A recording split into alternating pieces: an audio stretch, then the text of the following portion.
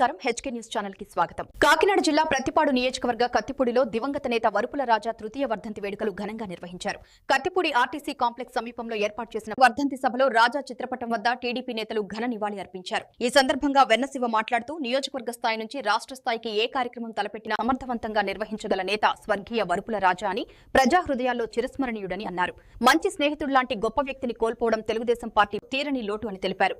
రాజా ఆశయాలు స్థానిక శాసనసభ్యురాలు వరుపుల సత్యప్రభ ద్వారా నెరవేర్చడం జరుగుతుందన్నారు. నిత్యం ప్రజలలో ఉంటూ నిరంతరం ప్రజా సమస్యలపై పోరాడుతూ ప్రజల పక్షాన చివరి శ్వాస వరకు రాజా పనిచేశారని, అలాంటి మహోన్నత వ్యక్తిని ఎవరూ మరువలేరని తెలిపారు. అనంతరం భారీ అన్నదానం చేశారు. ఈ కార్యక్రమంలో గాబు కృష్ణ, కేలంగి జనార్దన్, మచ్చ గంగరాజు, రౌతు శివ, సాధనల లక్ష్మీబాబు, నక్కసీను, పొలం చిన్న, కంద గోవిందువ, గాబు శివ, నాయుడు బాబురావు, కర్రి రాంబాబు, కొయ్యరవణ, దేశలంక వెంకటరమణ, గాబు ఈశ్వరరావు, నాయుడు ఈశ్వరరావు, కర్రి బుజ్జి, తెలుగుదేశం పార్టీ నాయకులు, కార్యకర్తలు పాల్గొన్నారు. శ్రీ వరుపుల రాజా గారి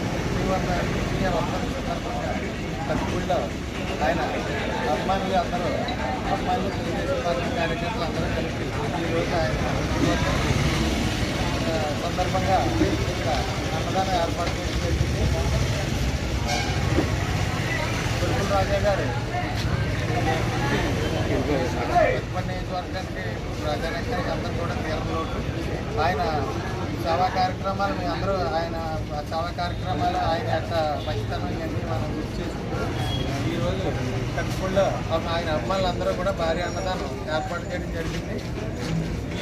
ఈ సమావేశానికి చుట్టుపక్కల గ్రామాలందరూ, కత్తిపూడి గ్రామాలందరూ నాయకులందరూ కూడా కలిసి ఈ కార్యక్రమానికి హాజరవడం జరిగింది.